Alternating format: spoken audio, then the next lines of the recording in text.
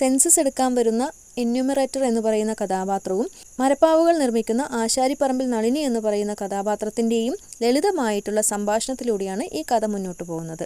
ഇവർ തമ്മിലുള്ള ഓരോ സംഭാഷണങ്ങളിലൂടെയും ഒരു കലാകാരിയുടെ ദയനീയ സ്ഥിതിയും എഴുത്തുകാരൻ്റെ സാമൂഹിക പ്രതിബദ്ധതയും നമുക്ക് മനസ്സിലാക്കാൻ സാധിക്കുന്നുണ്ട്.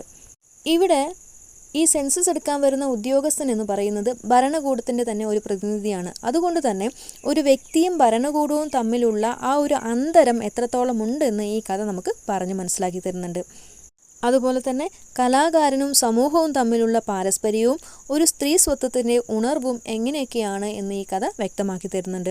നർമ്മം കലർന്ന ഒരു രീതിയിലാണ് ഈ കഥയുടെ പോക്ക് എന്ന് മുൻപ് തന്നെ നമ്മൾ പറഞ്ഞിരുന്നു.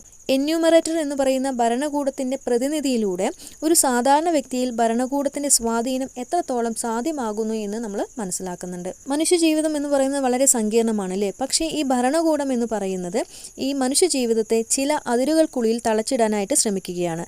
തങ്ങളുടെ ഇഷ്ടത്തിനനുസരിച്ച് വ്യക്തിയെയും കുടുംബത്തെയും ഭരണകൂടം നിർവചിക്കുന്നു. അതുകൊണ്ട് തന്നെയാണ് സ്വന്തം ഇഷ്ടപ്രകാരം എന്തൊക്കെയോ കാര്യങ്ങൾ നമ്മുടെ എന്യൂമറേറ്റർ എഴുതാനായിട്ട് ശ്രമിക്കുന്നത്. ഒരു എന്യൂമറേറ്ററിൻ്റെ ചോദ്യങ്ങൾക്ക് മറുപടി നൽകേണ്ട ബാധ്യത ഒരു വ്യക്തിക്കുണ്ട്, അത് സത്യമാണ്. പക്ഷെ ആ ചോദ്യങ്ങളിൽ എന്യൂമറേറ്റർക്ക് പങ്കില്ല. പക്ഷെ തെറ്റായ വിവരങ്ങൾ നൽകാനും പാടില്ല. അതുകൊണ്ട് തന്നെ വിദ്യാഭ്യാസമില്ലാത്ത ആളുകളിൽ ഈ ചോദ്യങ്ങളൊക്കെ എന്തുണ്ടാക്കും? ആശങ്കയുണ്ടാക്കും. അപ്പോൾ സാധാരണക്കാരൻ്റെ ഉത്കണ്ഠയും നെടുവീർപ്പും കാണുന്ന വ്യക്തിയായിട്ട് ഇവിടെ എന്യൂമറേറ്റർ മാറുന്നുണ്ട്. ഈ ആശാരിപ്പറമ്പിൽ എന്ന് പറയുന്ന ആ വീട്ടുപേര് തന്നെ എന്താണ്? കുലത്തൊഴിലിനെയാണ് സൂചിപ്പിക്കുന്നത്.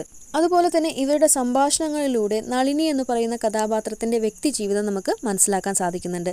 ദീർഘ സംഭാഷണത്തിനിടയിൽ മനുഷ്യഹൃദയങ്ങൾക്കുണ്ടാകുന്ന മൃദുല വികാരങ്ങൾ കാരൂര് ഇവിടെ അവതരിപ്പിക്കുന്നുണ്ട് അല്ലേ?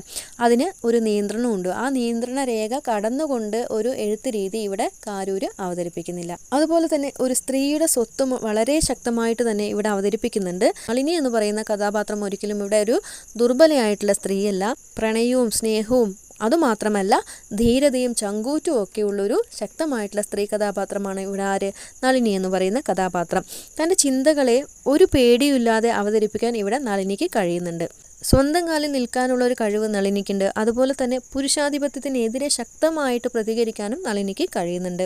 തൻ്റെ ദുരിതപൂർണമായിട്ടുള്ള ജീവിതത്തെ തൻ്റെടത്തോടുകൂടി അവൾ മറികടക്കുന്നുണ്ട്. അവളുടെ തൻ്റെട നാട്ടുകാർ വ്യഭിചാരമായിട്ട് ആരോപിക്കുന്നുണ്ട്. പക്ഷേ അവൾക്ക് അതിലൊരു പ്രശ്നവുമില്ല. തൻ്റെ ധർമ്മത്തിന് നിരക്കാത്ത ഒരു കാര്യവും ഇവിടെ നളിനി ചെയ്യുന്നില്ല. അതുപോലെ തന്നെ ഒന്നിനോടും ഒരു വിട്ടുവീഴ്ചയും അവൾ കാണിക്കുന്നില്ല. യഥാർത്ഥ കലാകാരിയുടെ സാമൂഹിക ബോധം എന്താണ് എന്ന് നളിനി എന്ന് പറയുന്ന കഥാപാത്രത്തിലൂടെ നമുക്ക് ലഭിക്കുന്നുമുണ്ട്.